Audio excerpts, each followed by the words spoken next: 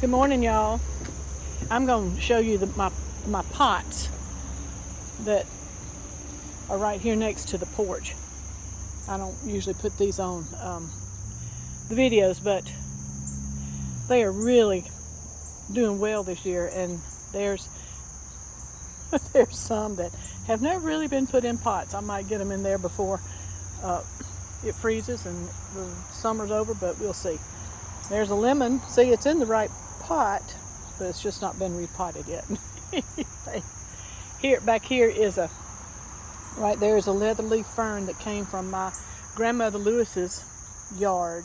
Gosh, she died in 1971, so it's been a really long time. And that is a beautiful begonia that came, my daughter-in-law gave it to me in a teacup. So here's just a little overview of the yard from this perspective. The hummingbird feeder that my sweet husband, he continuously fills it up. And we only have 3. I guess it's the same 3 that come every year. And then we have Teeny and Lily. They love to eat grass. I don't know, Lily's in the, I think it's called fire stick.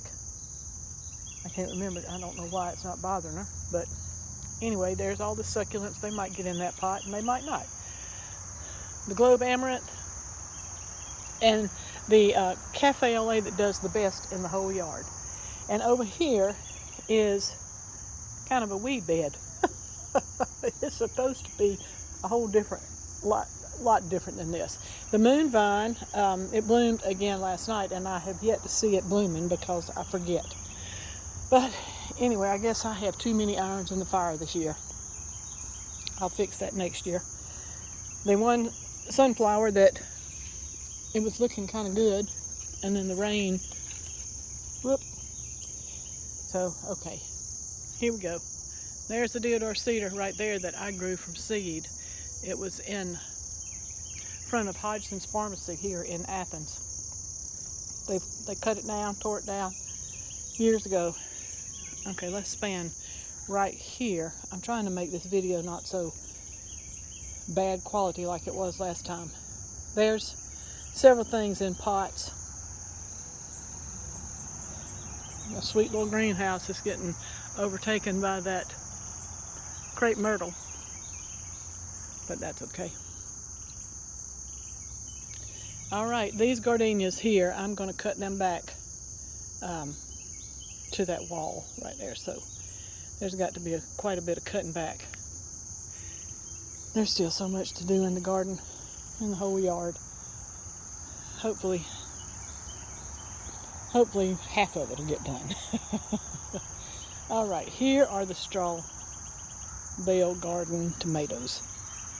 And y'all, this is August, and the tomatoes still look good. That's unusual.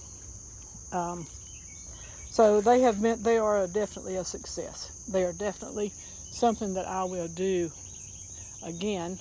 See, there's still tomatoes to ripen there. That's you've heard me mention it again. That's Valentine. I won't plant that again because it's too much of a monster and goes everywhere, and the tomatoes are not good enough to give it that much room.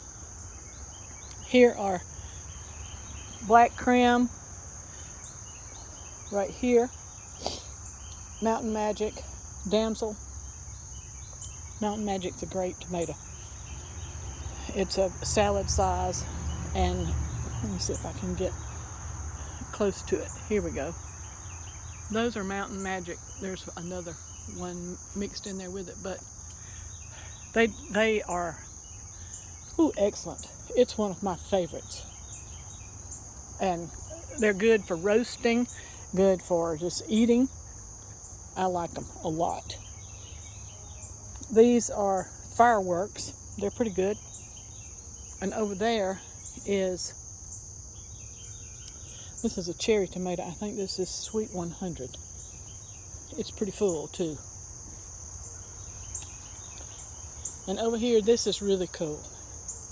A friend gave us these tomatoes. Gave us some tomatoes, and I planted them. And Brian has researched it. That one has a hole in it, but I'm hoping it'll get ripe. And he researched it, and I think they're called beef heart tomatoes. They're getting pretty big, and they were very slow. But now that they finally got to the point of where they wanted to bear, there's quite a few on it. The vines are we thought they looked kind of sickly, but they're okay. So anyway, this is the straw bale garden. And if you've not had success with tomatoes, which we have not, the last 2 years we didn't even have tomatoes because it was the disease just got them quickly. So we've been eating tomatoes for I guess a month. And research it, Google it. There's lots of YouTube videos about straw bale gardening, and I'm telling you, it's worth investigating, and it's worth doing if you really are serious about wanting tomatoes, which we were. And I really wanted Cherokee Purple, and they seem to be, I grew them 1 year about 15 years ago, and they were really good. This year we have had Cherokee Purple.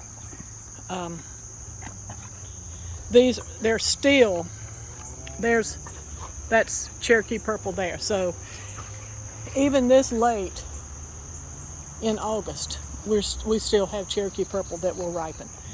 So if you're thinking about and wondering how you can ever have tomatoes again, not succumb to disease, I just encourage you to investigate and do the straw bale garden. I have really enjoyed it. It was a lot of work at the beginning, but other than watering it every day, we just pick tomatoes and look for worms. So anyway, this is the pea patch, and it's coming along. And this is the Playful Girls. So this is Mona from Winterpast.